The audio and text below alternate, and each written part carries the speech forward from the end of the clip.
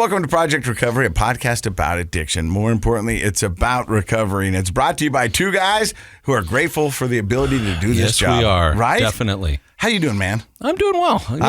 I'm Casey Scott. That's Dr. Matt Woolley. Yeah. Just for people who are joining us now. Right. I mean, after 3 years, there's probably people going like, well, maybe we'll give them a shot now. We're kind of going on 3.5 at this point. Yeah, that's crazy. Yeah. And we've got your sobriety date coming up in September 3rd, 2018, Memorial Day. It'll be 4 years. And actually I was talking to my kids about that because we often talk about my sobriety date. Do you talk about how long your hair's getting? It's getting long. Do you ever talk about that? Yeah. Well, I got a text this morning from my You're girlfriend. looking a little bit like, what Twisted Sister? What's his name? Dee Snider. Dee Snider. Remember? We're not going all that long, blonde, curly hair? No, so I got a text from my girlfriend this morning. She's like, hey, that's her son. Tate was supposed to get his haircut this Saturday, but he's not going to be able to make it. Do you want his appointment? Hint, hint. Yeah, and I was like, yeah, I'll probably go check it out. Let the flow grow. Yeah, no, that's what I'm saying. As a guy, that's the only real stuff I get to play with. You know what I mean? Is right. An accessory. Yeah, if you're accessorizing beyond that, then that's a little weird. Although I did just get some new TV glasses, and I can't wait to show you them. Okay, They're nice. Pretty awesome. But I was talking with my kids about my sobriety date, and I say it's September 3rd, 2018. Right. Truth be told, it's probably September 4th, because September 3rd, I was pretty wasted. That's true. That was the last day you used, so the 4th is like the first 4th is sober day. Yeah. And that was a 4, and I don't even know if that counts because I was in detox and they were pumping me full of Ativan and it counts. all kinds of stuff. You know what I mean? But I wasn't drinking beer. And I've said this on the podcast before. Once I was in rehab, they were like, well, what did you drink before you went in? I was like, what do you mean? They go, yeah, you're supposed to drink or do before you go in. I was like, I didn't know that's a thing. Oh, you mean like get drunk before you go into rehab, like one last hurrah? Yeah, like when you walk in. That's a bad attitude. It's a bad attitude. When you walk into some detox facilities, you will see empty beer cans and bottles out there by the cars, and you know what I mean? People taking that last drink. That's desperation, huh? Or like that's not how I wanted to say goodbye to alcohol. Right. You know what I mean? I think I did a pretty... Yeah, you got a bang-up job. Yeah. Pun intended. Yeah. And so September 4th is really the sobriety day for me. Right. But September 3rd is the day that changed my life forever in a good way, as like we talked about last week on the podcast. Right, yeah. Every once in a while, I'm scrolling around on the internet and Instagram and TikTok and Facebook. When I say all the time I'm on there. You're on there a lot, yeah. But I found this meme, and I actually took a photo shot of it so I would remember to bring it up during the podcast. Thank goodness, yes. Because a photo shot. A photo shot? Yeah. You mean a screenshot? Yep. That's what I mean. Okay. That's what I mean. All right, Dad. And this is from an Instagram account called The Sober School. And there's a lot of sobriety. Oh, I think I follow them too. So I saw this and it really applied to me. And I was like, I want to talk to Dr. Matt about this. And here's it goes. I used to give alcohol so many different jobs. It had to make me happy, make me less anxious, help me calm down, help me have fun, help me party, and just make everything better. And somehow it never really worked. But I also used to give alcohol those jobs. Yeah, that's an interesting way to look at it, actually. And I was talking to somebody the other day about this, and alcohol was my only coping mechanism. It was the only tool that I had in my bag in case of emergency break and go for that. To be 45, and usually that was my only coping mechanism for life. Yeah. Yeah. For the good, the bad, and the ugly. And it seemed to be hand in hand. And I used to say beer was riding shotgun in my life, but truth be told, I was riding shotgun and beer was running my life. Right. It's sort of like what you were saying last time. It's that term that you dislike, the functional alcoholic. Yeah, I just think I know people are doing it, and I'm not saying that you can't have a life like that, but to me it seems like a sad life. I think it is for sure. In fact, it's interesting that we're talking about this again. So we have, I don't know if we would call certain listeners of our shows like super listeners or mega listeners, the ones that never miss an episode. Right. We have quite a few of those. One of the ones that never misses an episode and always listens when she runs in the morning, her name's Heather. I think I've mentioned some of her comments before. And she wanted me to pass along to you that she also hates that term, functional alcoholic, like you were saying last time, for the same reasons you're saying. It's sad. It's not really functional. It's like the way you just described that is if your only coping mechanism is in a bottle or in a pipe or one of those sorts of things, are you really functional? Like the alcohol can't do all those jobs that the meme just pointed out. You need to be learning how to do all those jobs, and we need to have healthy. I don't even really like the idea of coping mechanisms. I know that the Band-Aids are important in life. Yeah. Okay. One of the things that I do get a little irritable about is people will meet me and they'll say, "Oh, so what do? You teach people coping mechanisms, coping skills." And I always feel like, well, maybe as much as nurses hand out Band-Aids, like I do a lot more than that, I hope. I hope real therapy, real recovery means that we're making real changes. So being a functional alcoholic implies you're an alcoholic and you're barely functioning, and you're not changing, you're not improving. And then coping skills sort of implies that we're just trying to get by as well. So we want to make real change. And that's, I think, the distinction between sobriety and recovery. Sobriety might be a coping skill, like I'm staying sober, and hats off to people that can stay sober, but there's more, right? There's so much more than just being sober. There is living a life in recovery. Well, you think about it, a nurse puts a Band-Aid on it. Why does it put the Band-Aid on it? Because, one, to stop the bleeding. And then they're going to do an internal check, and then they're going to do a whole body check and try to figure out how that happened. Right. So, yeah, we've got to stop the bleeding. And if that's what we're doing at first, I get that. So it's a first-line treatment, right? Yeah. But then we want to go, what else is there? Yeah. Like, I say this all the time, and I hope people don't ever get tired of it. I remember sitting down in my therapist's office, and he goes, "Do you want me to blow your mind?" And I was like, "Yeah, man, I'm in rehab. Blow my mind." He goes, "Drinking's not your problem." And I'm like, "What? Pretty sure drinking's my problem, but that's why I'm in rehab." He goes, "No, your problems are your problems, and drinking has been your solution." Right. He goes, "Now drinking has become a problem because your body's addicted to it, but your problems are your problems, and we've got to figure out what those are and how to help those, or you're going to fall back into your same routine." And you weren't treating your problems because you were putting it all on alcohol to do it. Yeah. And so the alcohol becomes its own problem. Yeah. Became a Band-Aid. No, I think that's very insightful. And eventually it couldn't hold it back, and it was horrible. And it became its own issue. So once again, I really love this. And you know what I love, and that I've noticed even more and more after each year we've done this podcast, is when I'm out and about and people come up and talk about recovery, talk about the things they're doing. 3 years ago, people weren't as willing to talk about recovery as they are today. And maybe it's just because my circle's gotten bigger, but I feel like a lot of people are celebrating recovery and living out loud. I would say culturally, here in the state of Utah and around the nation, it's really weird. Just in the last 5 years, there has been this positive explosion of conversation, people, places, everything on the internet that's embracing and supporting recovery. So the conversation is much more natural and easy now. And I really do think if you look back on just the number of recovery centers, the number of types of programs, the number of media outlets like this podcast and television shows, in the last 5 years, it's just been exponential growth. And I think that's because people are finally tired of hiding it. And the people like we have on our show and you and others who are living this beautiful life in recovery, you just want to share that. Like anytime you have something great, you want to share it. Now there's so many outlets. So I'm grateful to be part of it because you're right. 5 years ago, 10 years ago, I mean, back when we were in college, nobody ever wanted to talk about it. I remember, and I don't know if I've ever talked about this on the podcast, is I used to get drunk and watch the TV show Interventionist. I know. It's so awesome. and so, I mean, that just, I could chew on that all day. I would watch it, and in my head, I was like, so I'm preparing myself for in case this ever happens. You know what I mean? Like, I was doing homework, you know what I mean? Just in case. Yeah, just in case. But in my messed up mind, that's really kind of what I was doing. I was like, so they're going to say this, and I'm going to say this, and they're going to come at me. Get ready for the test. Yeah, they're going to come at me with this information and be like, okay, I've seen the movie. I know what you guys are trying to do. Yeah. You know, don't put a mic on me and make me go to some weird hotel and stand in a lobby because I know what's coming. And I'm not going to do this because I don't have a problem. You know, but I mean, but even back then I used to watch it and it was more of like, I watched it because it was a train wreck.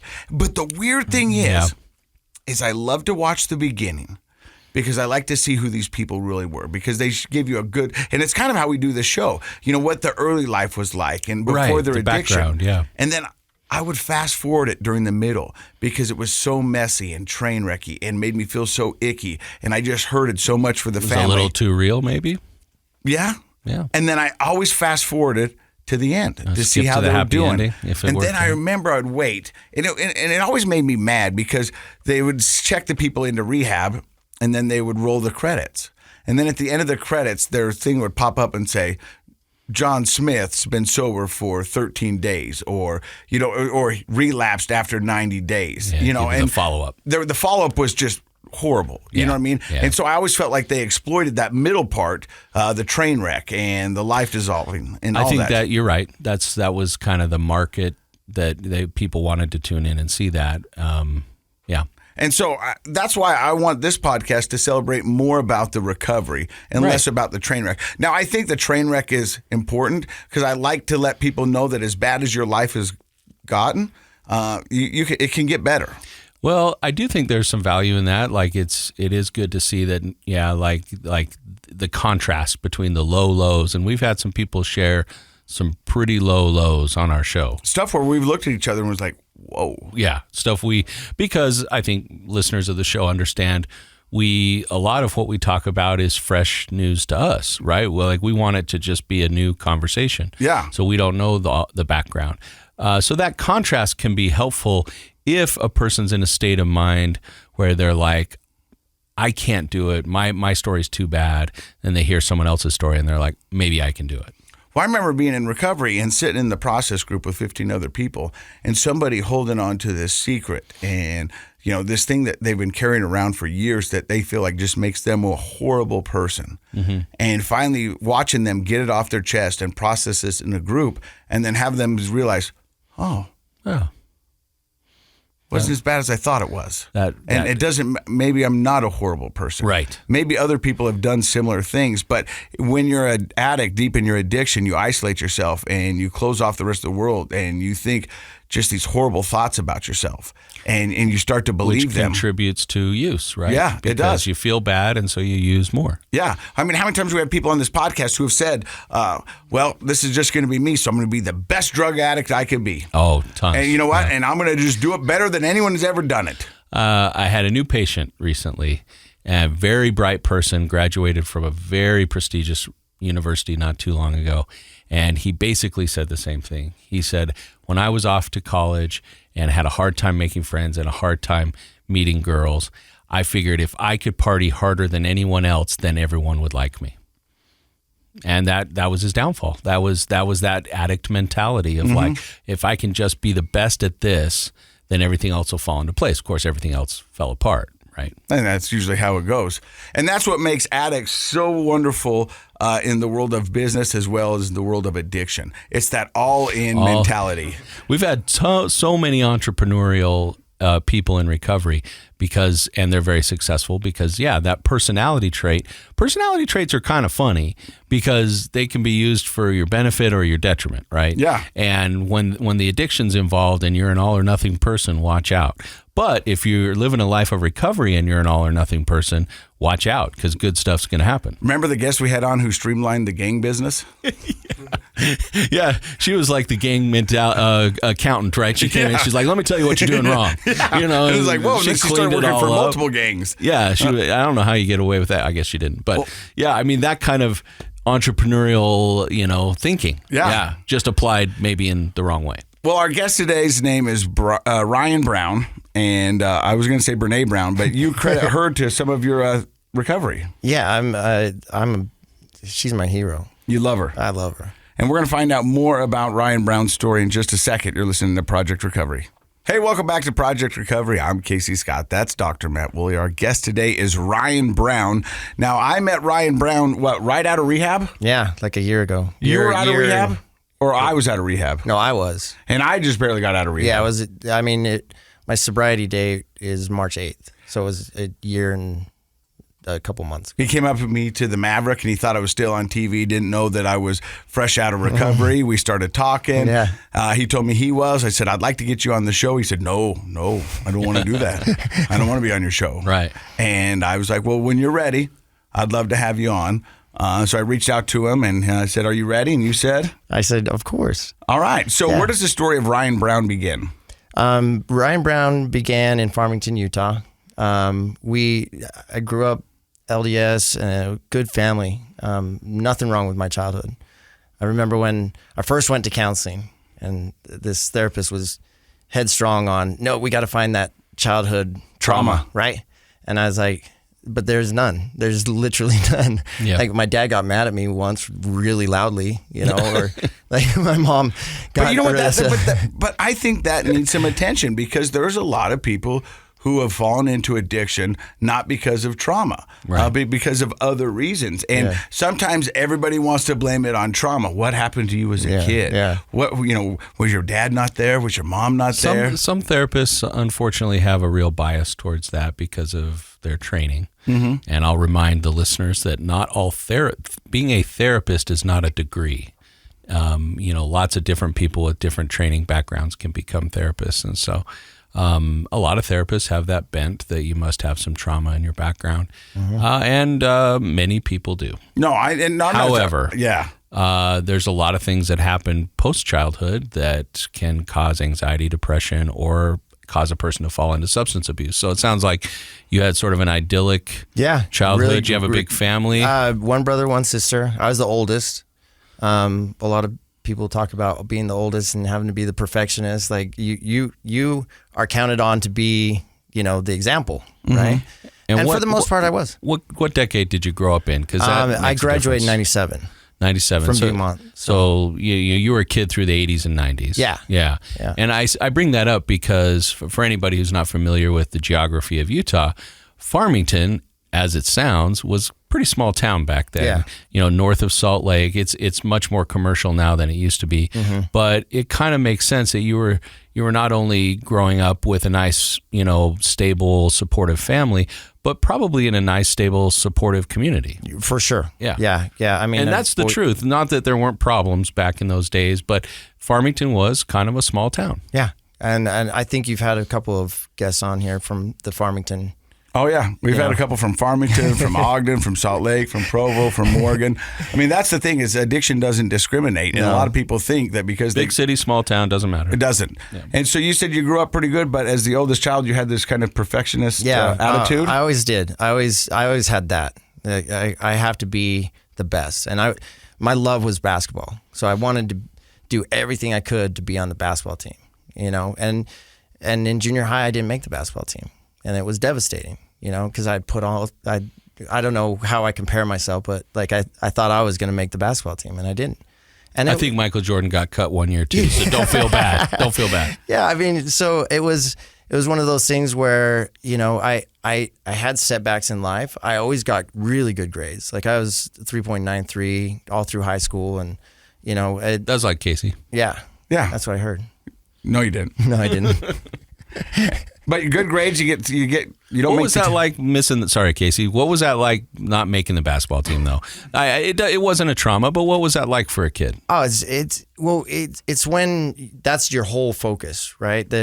You don't have work to do. You're out there shooting hoops like 24/7. Good old days, right? Just shooting. That was your purpose. Yeah, that's the only thing that I mean, grades were always there. But like the thing that I wanted to prove myself with was basketball, because girls go to basketball games. Like you're a popular kid, Hey, it's good to be on the basketball team. Yeah, it's been a recipe for success for men for a lot of years. Yes, I believe so. Yeah. So that's what I wanted to do.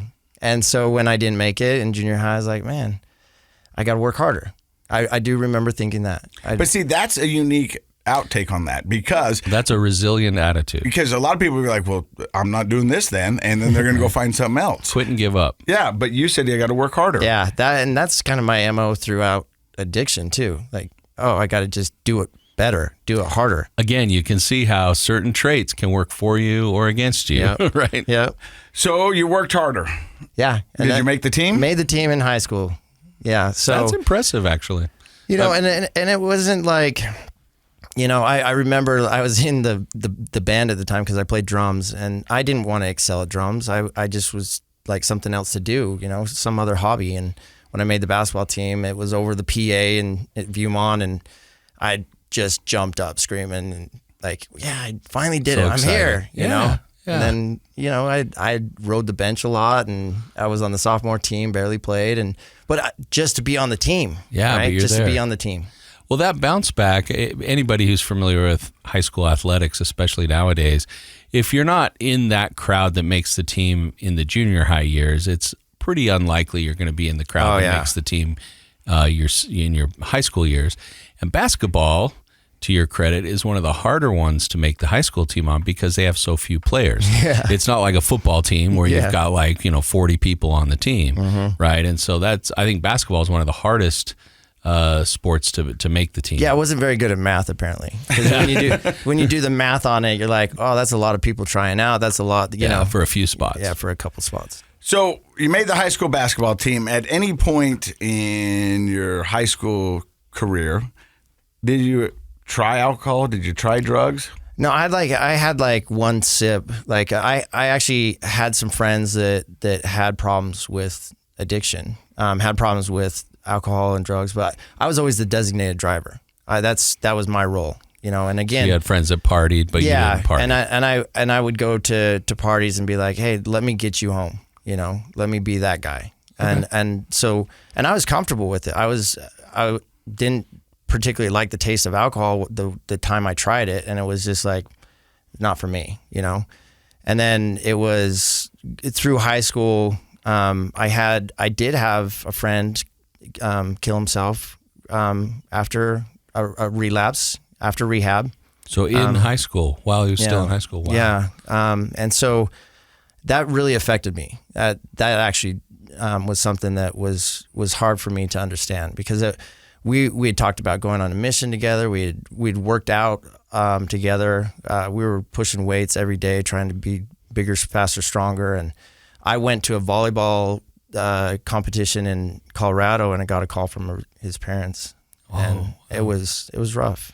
What was his drug of choice? What was he using? It was a lot. It was anything that he could get his hands onto, but we call that poly substance. Yeah, I mean, abuse. marijuana was a big one. Alcoholic, just anything that you could get high off of, basically.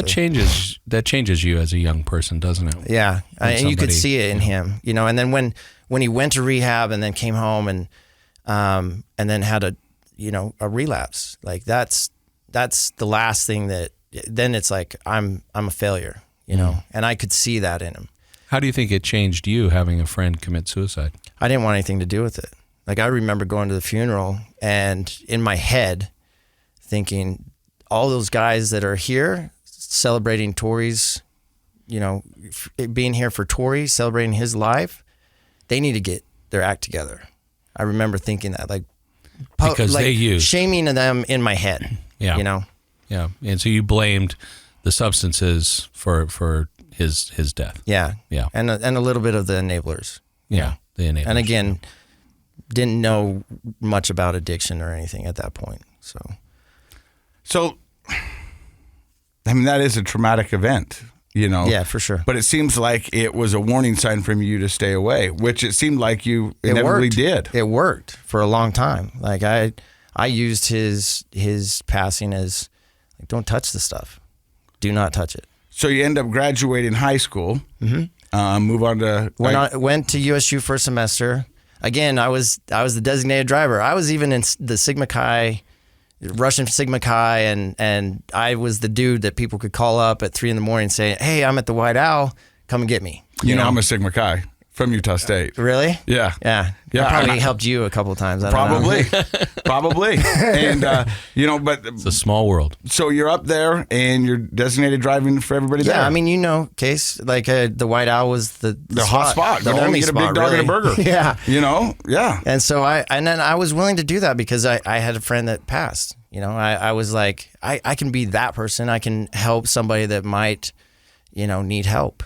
So that stayed with you and started to form, it sounds like a little bit of your identity. Like, I'm a guy who doesn't do that, and in fact, I'm a guy who's going to help the guys who do it. Yeah. But it didn't seem like you were judging anybody for their choices. No. I mean, a little bit in my head, a little bit like, oh, they could be doing better. They could be doing better with their lives. Like, that's a talented person.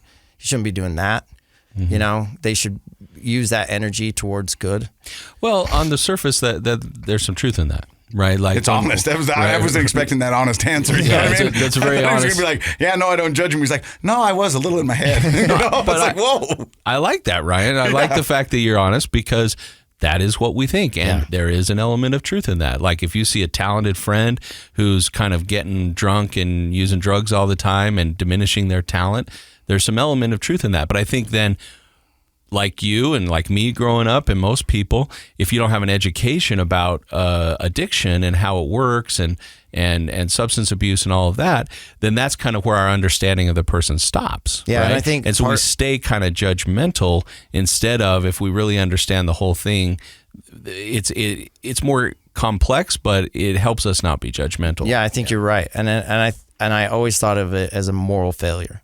Like they're choosing to do this. Right. And that's how most of us, I don't know, I don't mind admitting that's how I grew up thinking about it. Yeah. And so for me, like, and including when I was in my addiction, like people would be like, just, you've got kids, man, like figure it out. Like it's just stop. Yeah. Just stop. And at that point in college, before I went on a mission, it was just like, hey man, like you ever think about just not doing that? Oh.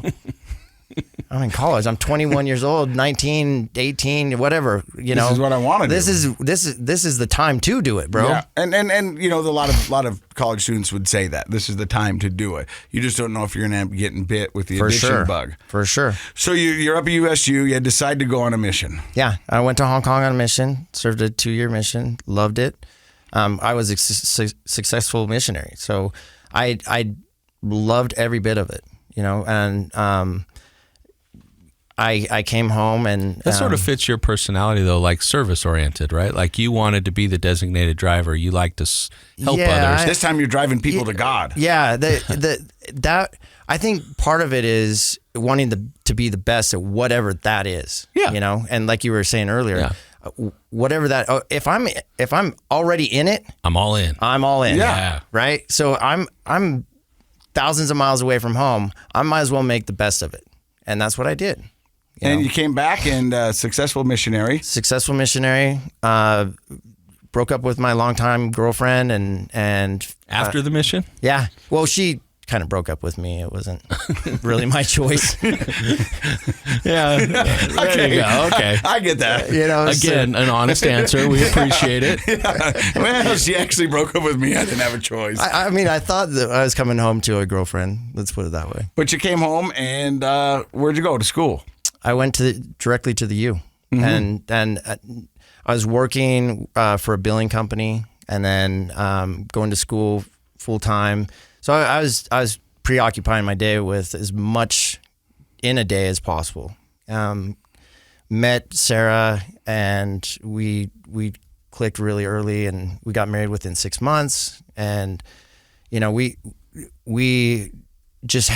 had 4 kids. Within short time, we wanted to be perfect parents as well. Like perfection is the underlying theme here. Like just checking the box and doing everything that we're supposed to, and then everything you thought you were supposed to. Exactly. I mean, because that's the thing that sometimes gets us in trouble is I'm doing what I'm supposed to. Well, says who? We call them shoulds. Yeah, shoulds. We grow up a lot with these things that we're taught. Milestones. And we think, well, we should do this, we should not do that. And the world's not cutting. Most things are not that way. And most people don't really own their own shoulds. Yeah. So we adopt shoulds from things that we're taught. And that can feel burdensome later on in life when you feel like I have to do all these things, but I don't know if I really want to do them. Yeah. Right? And if I haven't done them by this time, am I a failure? Yep, there's that. I should have done this by a certain date or a certain time. Yeah, I mean, coming off a mission. Yeah, well, you get that talking to. So people that are not familiar with the LDS Mormon culture is there's some shoulds there. When you're 19 back in the day, now it's 18, you should go on a mission and do that for a couple of years. And when you get home, you should find a person to marry, and then you should start having as many kids as you can have right away. Yep. And so you were doing all that. Yep. Checking the boxes, man. 4 kids in how long? 2002, and then my youngest is 10. So, yeah, I mean, 2011. Yeah, so, it's pretty succencт, right? Yeah. You were Planned busy. Parenthood. You were busy. Yeah. Yeah, you had a plan, had a goal. Yeah, so, so then what happened was I started a company. I started this business called Ideal Practice, where I'd help medical providers get in network with insurances. and it was going really well. And at first it wasn't. No small business goes really well at the start, but it was going really well, and I was doing well. And If it's going, a small business, yeah, if exactly. it's going, It was you're doing going something to the right. next step. And then we bought a house and moved in and got our own house. I mean, that was a big deal. That was another should. That's a should. Absolutely, yeah. Right. And then got a position in the church as a young men's advisor. Mm-hmm. And we went snowboarding, night snowboarding. I was the fun one also. Oh, I Casey. can see that. Yeah. Like young men's, like being in charge of the Youth program. the youth program Yep. at 16, 17, 18. That was my jam, right? So Let's go skiing, let's go cliff skiing. jumping, Yeah, let's let's go- do that stuff. Zions, all the fun stuff, right? So we went night skiing one night, and I was showing off, and I used to be really good at snowboarding, and I was on a rail that iced over at Brighton, and my board came out from underneath me, and I broke my back. Ooh. Just smashed my back, like You landed on seen the those rail? like Star Wars when they burst a star? That was like my bones on an X-ray. It was like fragments everywhere. Oh my gosh. So, I actually went because I didn't want to give up. I actually finished that night skiing. Oh my gosh. I'm dead serious. You're a warrior. Yeah, and then the next day could not walk, could not even get up out of bed. I was in so much pain. And again, being with doctors as clients, and most of my clients are my friends. Like I just talk to them like they're just my friend. And I remember going to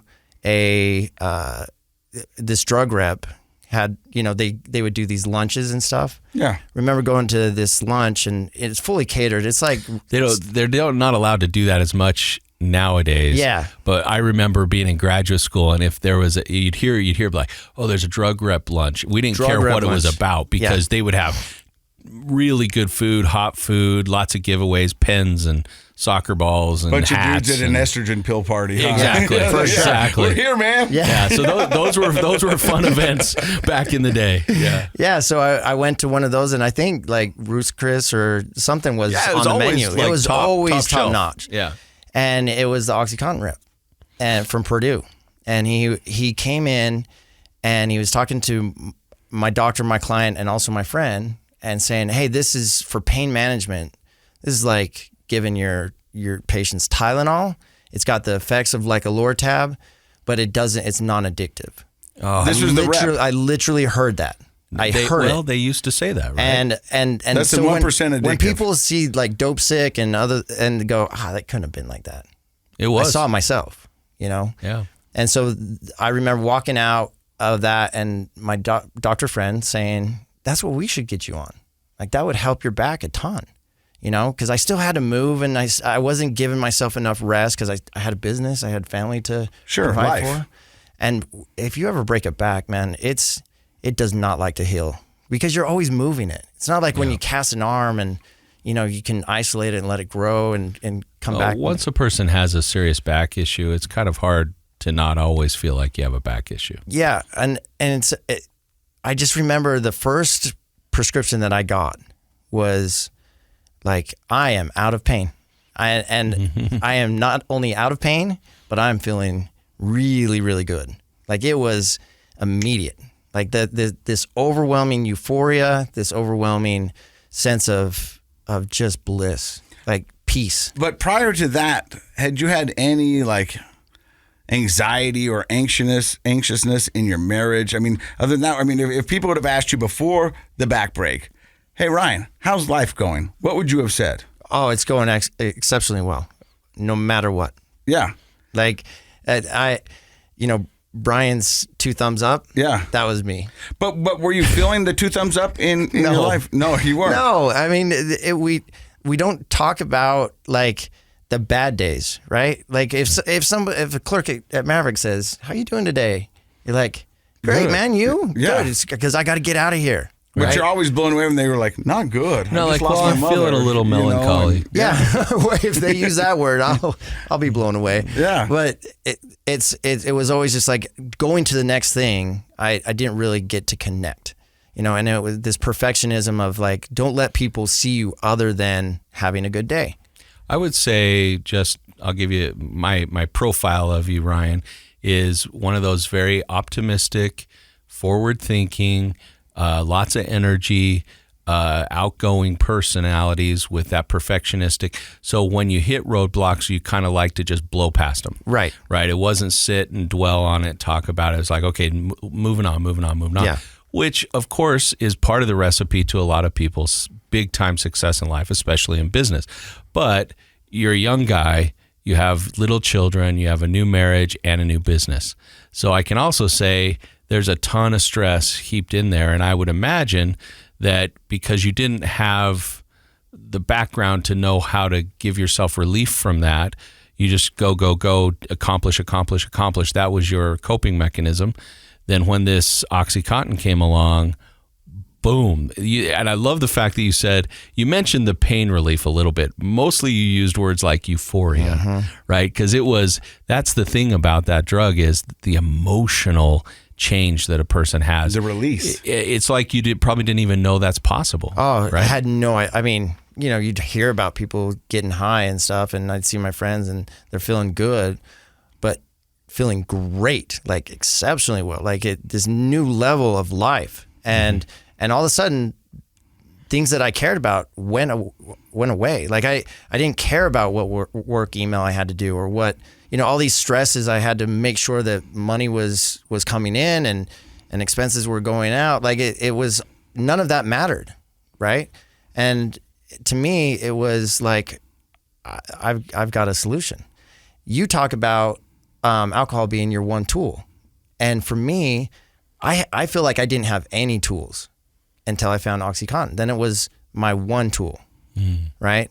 And then that became so bad that I wasn't, you're chasing the high, right? I got to the point where... Wait, I'm going to stop you right there because you're listening to Project Recovery. You just heard Ryan talk about the first time he took an oxycontin pill. We're going to find out where that goes. You're listening to Project Recovery. Welcome back to Project Recovery. I'm Casey Scott. That's Dr. Matt Woolley. Our guest today is Ryan Brown. He just described the first time he took an oxycontin pill for a broken back. And the word he used was euphoric. And it wasn't pain relief. You said it a little bit, but you were really kind of focused on the euphoric feeling that it gave you. Yeah. And then you said you were about to go into how it got out of control. How does one pill lead to a mess? Well, you're chasing the high, right? Everybody knows what I'm talking about when we're chasing a high. Like we felt that one time. What's crazy is though I don't think everybody knows about chasing the high, and it's kind of what's really there's a lot of things wrong with the addiction world, but when you chase the high, that means you need to take more drugs to get the same effect, and so you start to build up a tolerance in your body. So to get that same high, where 3 beers used to do it for me, it had to become 6, and then 6 would become 12. That experience you had that first time you took the pill, at least physiologically, you never had that same experience twice. Never. Because that particular drug is so powerful that your brain immediately maps it and wants more of it.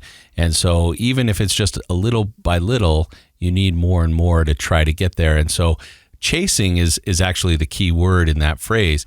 You're always behind. Yeah, I was always behind. And the thing that your brain does, and I remember this, and this is complete honesty. I remember thinking my back hurts worse, like, and I don't know if it did or not. Like I really don't know. Maybe the OxyContin was masking it, so I was doing more stuff and it was hurting worse. But I do remember going back to the doctor and saying, "Hey man, this isn't cutting it." Well, it was for a time, and then you get up and up and up and up and finally he came to me and he said, "Dude, my DEA is on the line for you." And I'm like, whoa, because that was something that just hit me like, what are you talking about? Like the DEA? The problem is you were, like all of us, trusting. Yeah. And the doctor was even trusting, and this drug rep was trusting that the information he was given was correct. And he's out like towing the company line saying what he was told to say, and all of it was lies. Yeah. right? All of it was lies, and it trickles down to the person who's using the medication. And then you do come back confused, like, well, this was supposed to do this for me, but now I feel this way, and I'm asking for more or better, and you're telling me I'm doing something wrong. Yeah, and that's where I was like, what are we talking about? We're talking about the same drug that, we had the Purdue guy there and da-da-da-da-da. Bruce Chris, don't you guys remember? Yeah, We were all there. you guys were all there. And a juicy steak. And now you're talking about the DEA, like about ready to shut you down because of me. Oh man, that like hit me hard, because then it was just like, oh, I do have a problem, right? Is that the first inclination that you had a problem? Yeah. Yeah, it's funny because I actually had passed out a couple times and would have seizures and not wake up and stuff like that. Yeah, and you would think that seizure didn't wake up. Yeah, just stuff like that. You're like, well, it's that's part of not the process. normal stuff, right? Well, at the time, I thought it was just like something else. Yeah. Dehydrated or sleep Well, the addict deprived. brain will trick you and manipulate you to think different things, because what it doesn't want to admit is that you've got a problem. Because then you've got to take away that tool. Yep. Right? And I didn't want anybody taking away the tool. But when I started doing this whole, this is a client that is a friend. I don't want anything to happen. Like if I hurt myself, that's one thing. But if I'm hurting other people, right, especially a license, like I don't want anything to do with that. So he gave me a new prescription. He said, hey, this is kind of like, you're maxed out right here. So I went to Lake Powell with my family, with extended family, and that could not get out of my brain. Could not. And this was your last. I took a full bottle of oxycontin and I threw it in Lake Powell. And I remember thinking, what have I done? I had no idea what detox was. I didn't know anything other than there it goes, right? And then I'm thinking, well, maybe it will float. And then it just, You're hoping. I love that. The immediate regret of throwing that off the boat. Oh, I think it will float. Didn't never come up, right? It's down in so now you're detoxing in Lake Powell with extended family. Well, that's cold. You forced cold turkey on yourself, right? Forced it. Yeah. And I didn't know because I always had an ample supply. So I didn't actually know what detox felt like.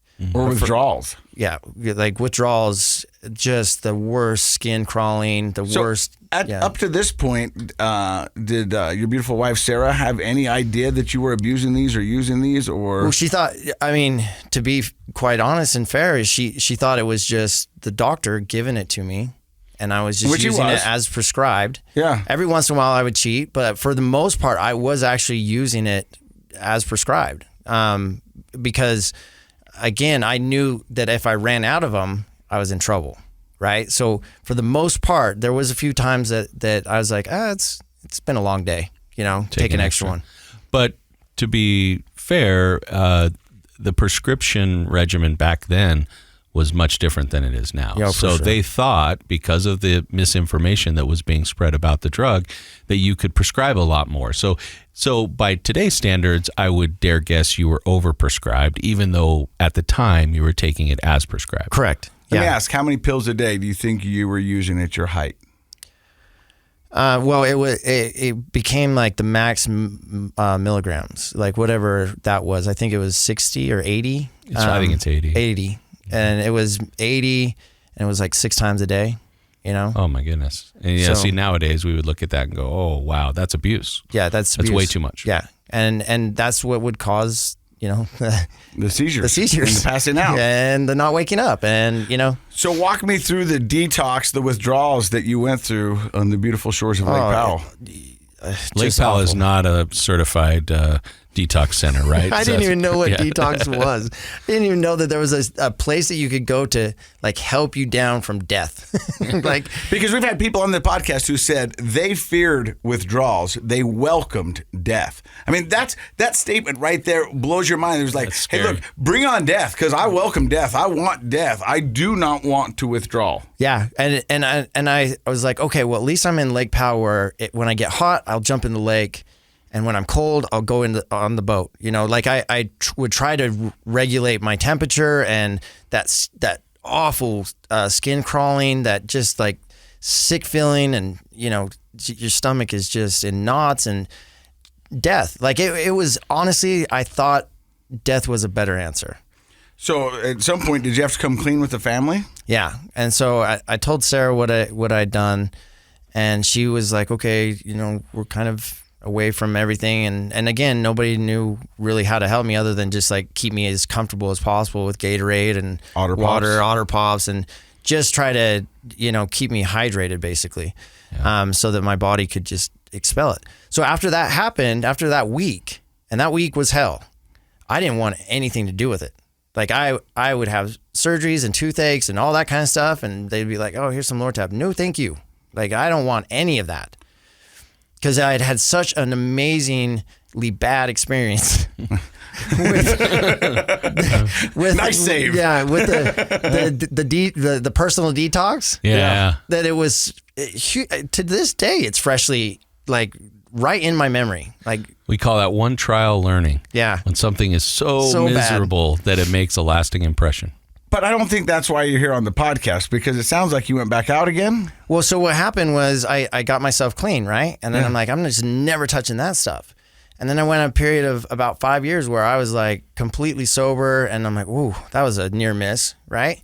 And then I got enough time where I got some of that ego back, and some of the stressors that came into my life. And I remember going to the liquor store to buy sake for a Japanese recipe. And I was like, I wonder what that tastes like. Like years later, like this is like at 36 years old or 37 years old or whatever, going to the liquor store for. So you weren't drinking at the time. You just happened to be making a recipe that called for sake. Yeah, and you cook it out, right? In the state of Utah, you have to go to the liquor store for that. And so you went there and all of a sudden had the voice, I wonder what that tastes like. Yeah, I wonder what that tastes like. So I drank it, the whole bottle. All or Casey's nothing. like looking at me like, are you sure? Look, I'm an alcoholic, so I know little things about alcohol. Like sake's not an introduction alcohol. You know what I mean? That's not something that people start with. And this is how you know how honest this is because I had no idea. Yeah. Right? I had no idea. So the sake was just like, the feeling came rushing back, and it felt a lot like that euphoria that I remembered from the oxycontin. Yeah. And it was like, oh, hello, old friend. Yeah. And then it was just like it was so fast to the races with that. It was like I had no idea how to calibrate it. I had no idea what one beer versus 1 pint versus a liter of vodka. No idea. But you were off to the races. I'm just drinking to get out of me, right? Yeah. And then it became, again, kind of chasing the high and waking up in the morning and going, this is how you start a day, right? Like with the liter of vodka. Couple shots, get going. Oh, shots, nothing. Liters. Yeah.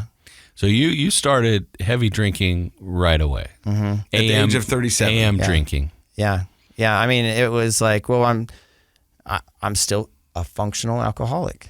I haven't lost any jobs. I haven't lost any clients. I haven't, and really I had this network of people around me that was, I wouldn't call them enablers. That's kind of a harsh word for it, but they, in essence, they're enabling it because they're covering for me. They're that catch net that's like, okay, well, if Ryan really messes up, then we can cover for him. And it wasn't necessarily cover as much as just do Ryan's job, right? And so I had including my wife that was basically raising kids and running the business by herself.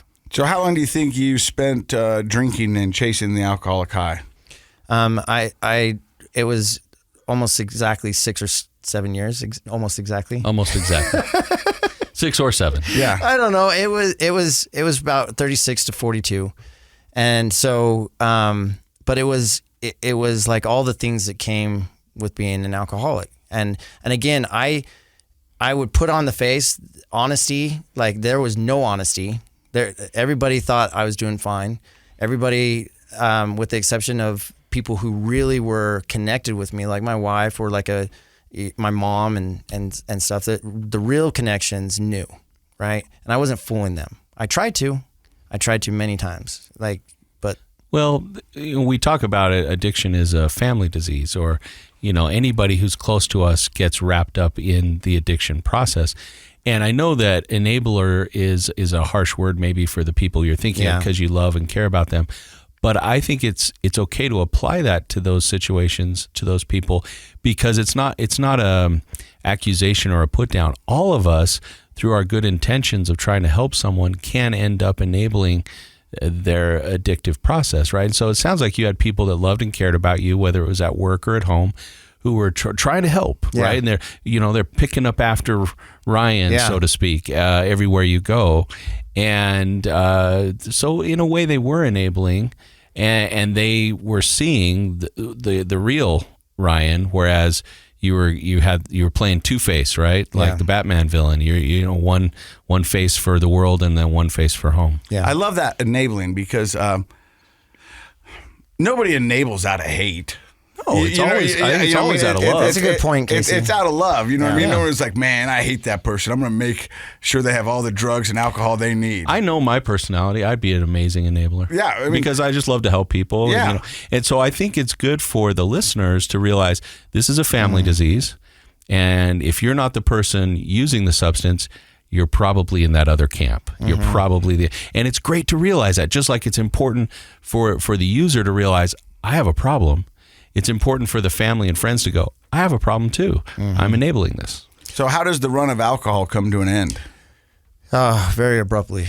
What happened was I started to realize, nobody Google, if you're a normie or somebody that can drink alcohol and put it down, nobody Googles, am I an alcoholic? Right. Like nobody. I can tell you right now, I've Googled that, and I was as young as 30 when I Googled it. Wow. Yeah. I mean, it was like, well, again, thinking that was just the people on 4 South, Pioneer Park. That's not me. Like I'm not an alcoholic. And people in my life, like my mom and my wife were like, yeah, you're an alcoholic. You need help. And I'm like, no, I'm not. Like I haven't lost anything. I'm doing fine. Like you're fine.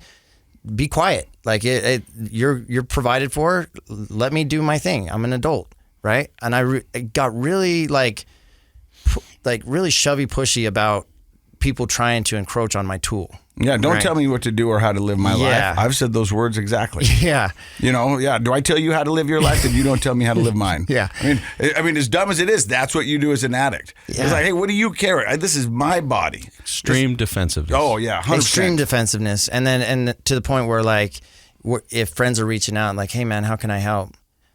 Block. Like I don't want to deal with that. I don't have time for you. Yeah. Yep. And that's sad. It's sad. So what happened was my good friend John Red, had him on the podcast. Yeah. He's been on the podcast. He's an amazing individual. I had seen him in his addiction. I had no idea what addiction was, but I knew he had it. And I'd help him in the car at times. And he was somebody that I was like, oh, he's got a problem. Well, one time he's in my neighborhood. He lives a few houses away, and he shows up and he's like talking to Casey, like talking to you, Dr. Matt. I'm like, who is this guy? Like, this is not the same John Red I know. And it was like his eyes are white and he's laughing.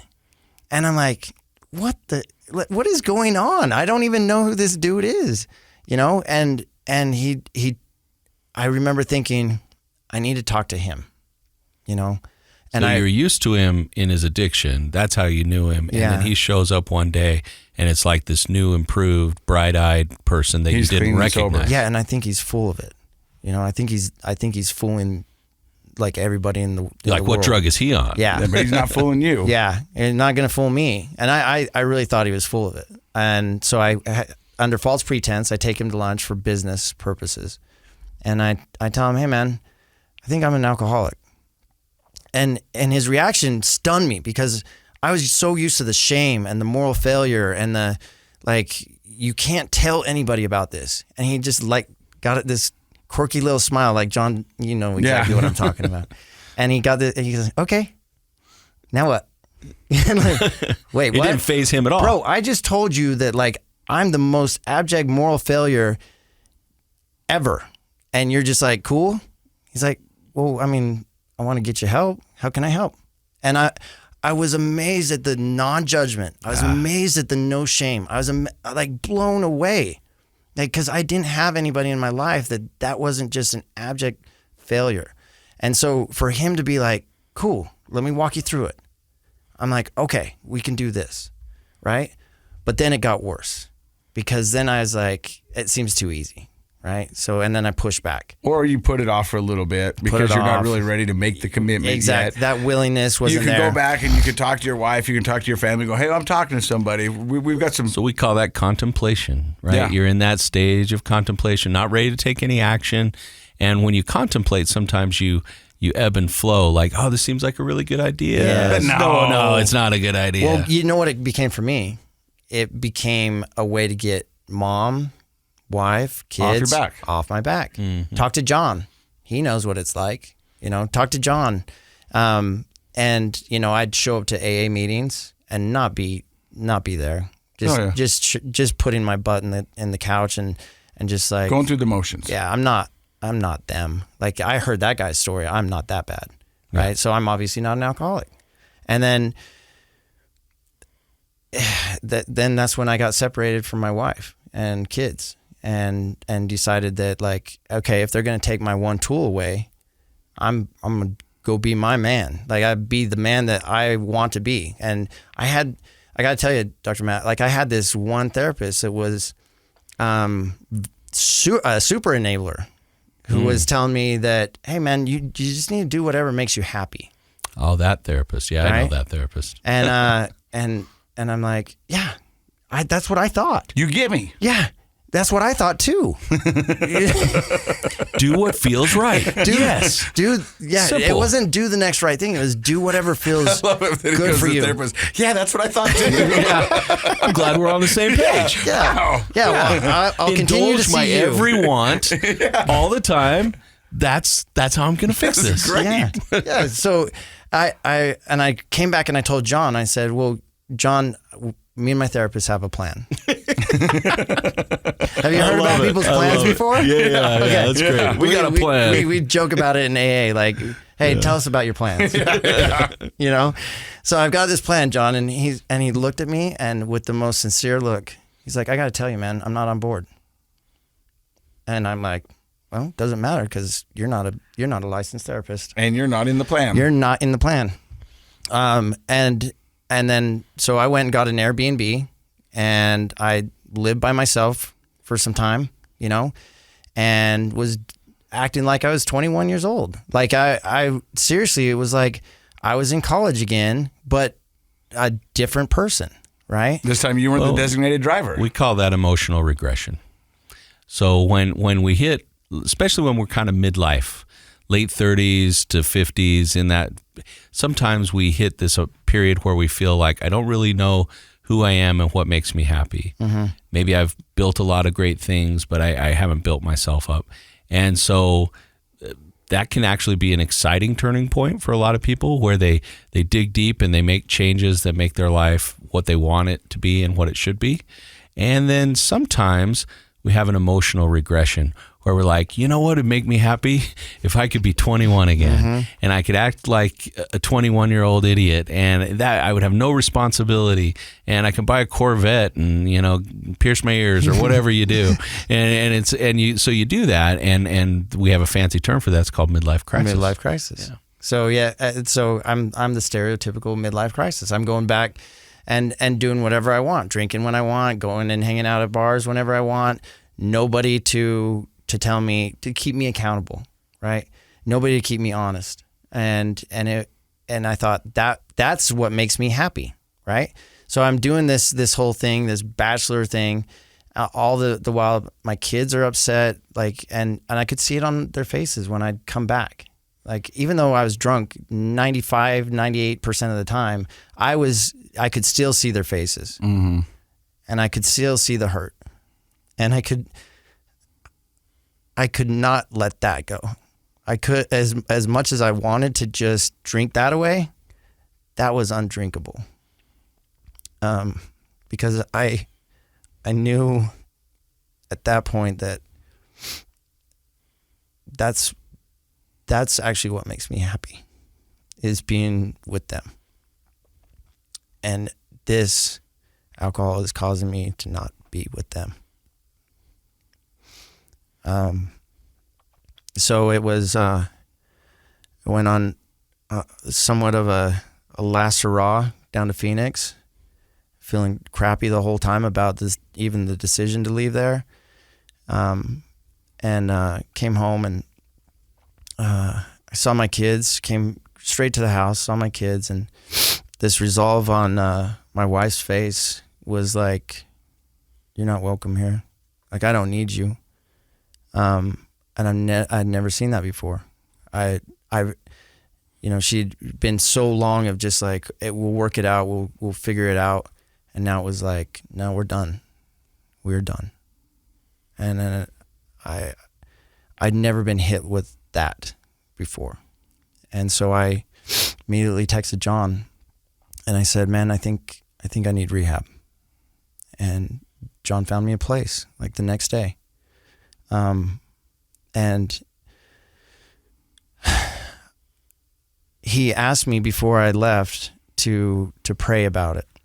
And I have to tell you this part of the story because it's important, because I'd had such a bad relationship with God ever since that, like towards the oxycontin addiction, that I'd lost connection with my higher power. Like God was, it seemed stupid to me. Like I got to the point where I'm smarter than God, right? And plus I got like the, I know this is a family broadcast, is the F it alls, I just felt like I had gone so far down, so much shame, so much like sin in my life that I can't ever get back.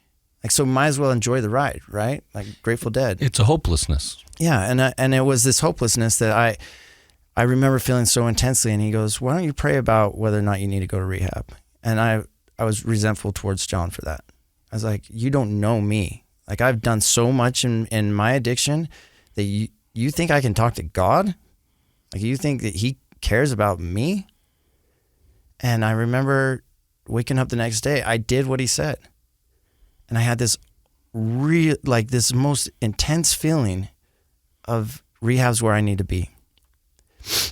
And that everything with the company, with the kids, with everything was going to be okay.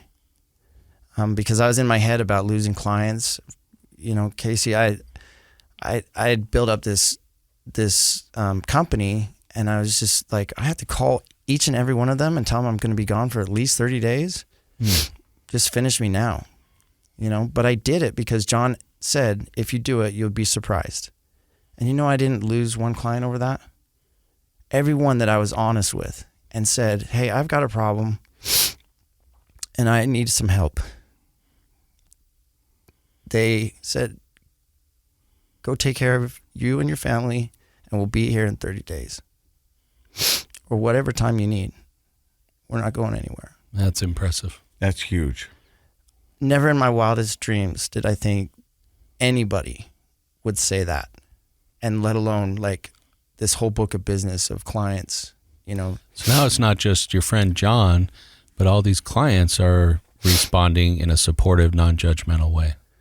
Yeah, and I'd been this perfectionist all my life, and now I'm like telling them that, no, this guy that you thought you knew is actually like an alcoholic. I don't think you heard me. Like, no. Because they can deal with honesty. People can handle honesty, and when we give people a chance to connect, a chance to empathize, and I really feel like there's like the spiritual connection that is like, go get them, yeah, we're here for you. So now your friends, family, and clients are enabling you with love. Yeah. To get the help that you need. Yeah. And you go in and you do 30 days. Yeah.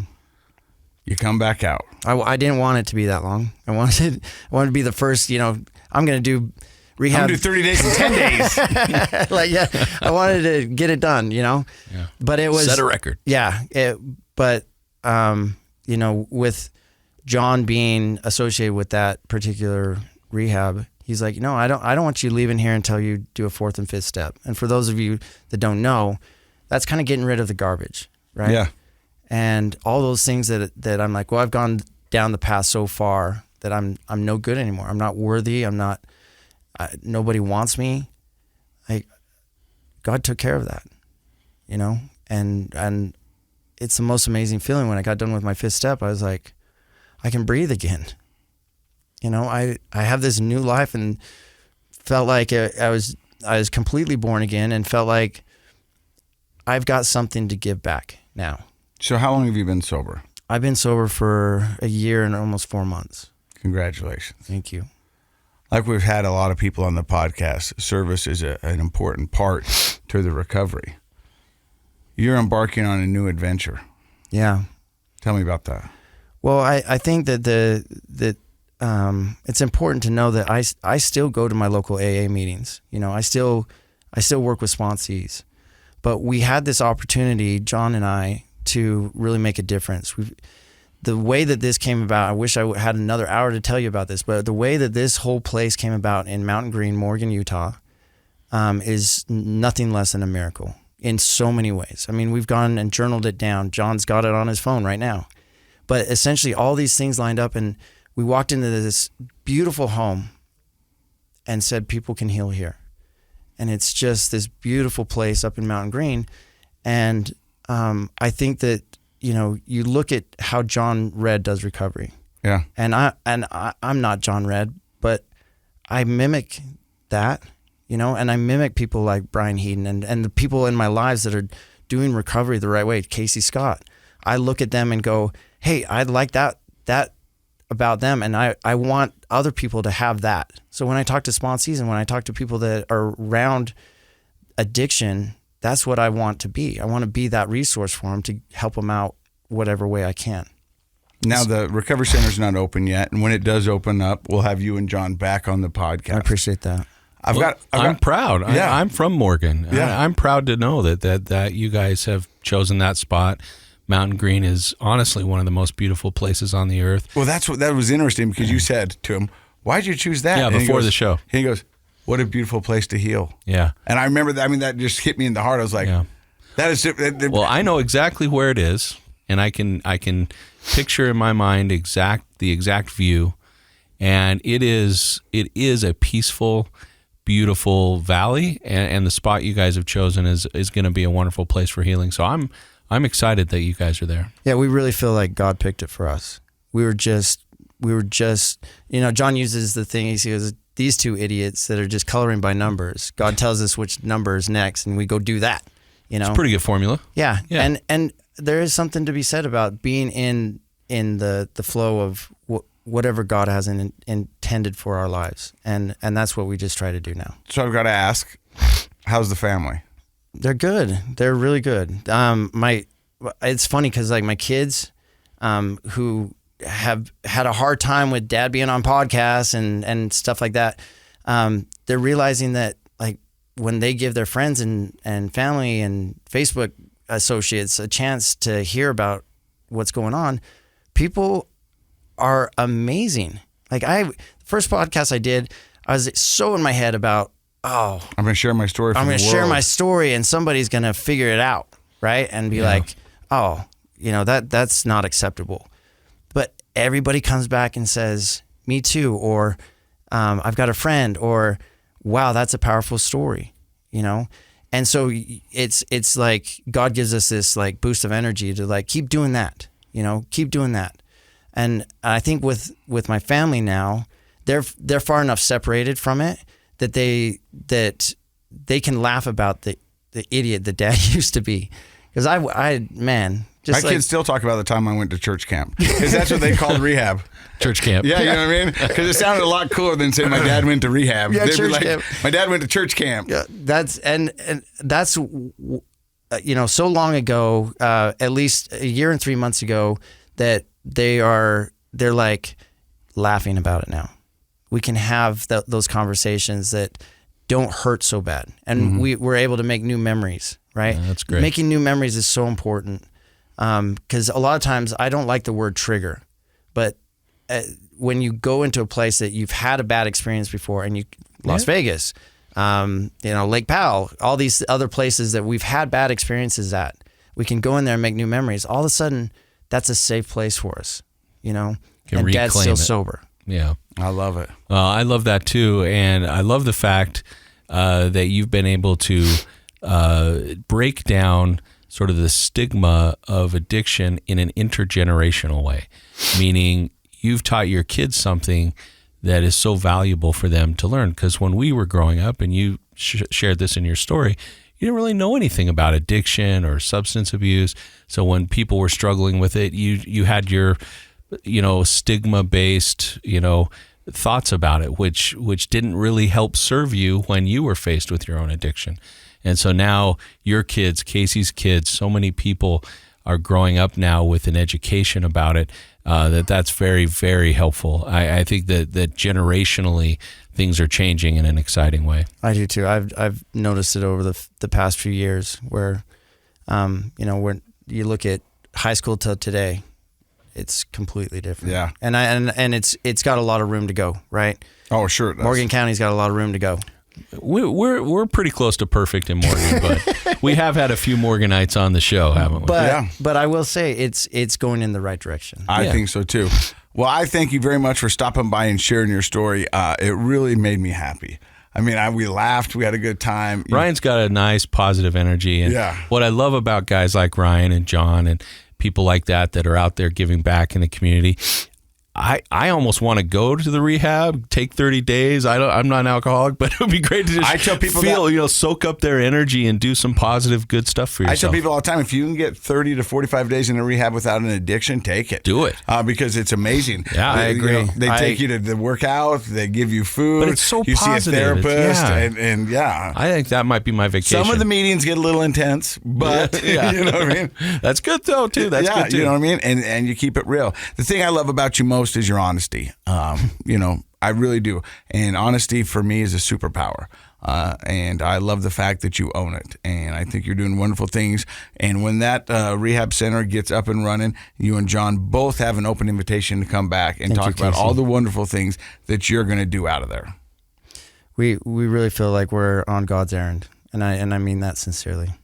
And when you guys have an opening ceremony, let us know, because for sure, that's my hometown. I'd love to come support you guys. For sure. You're the first invite. Yeah. All right. Thank you for stopping by and listening to the podcast today. It is Project Recovery. And in case you forgot, Project Recovery is what? It's a KSL podcast.